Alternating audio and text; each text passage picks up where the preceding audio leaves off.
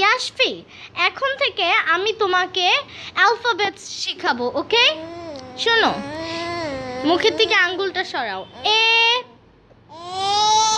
B, C, D, E, F, F, G, H, H, I, J, K, K,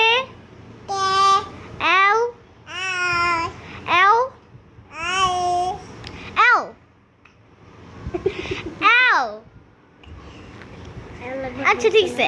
M, N, N, O, P, P, P,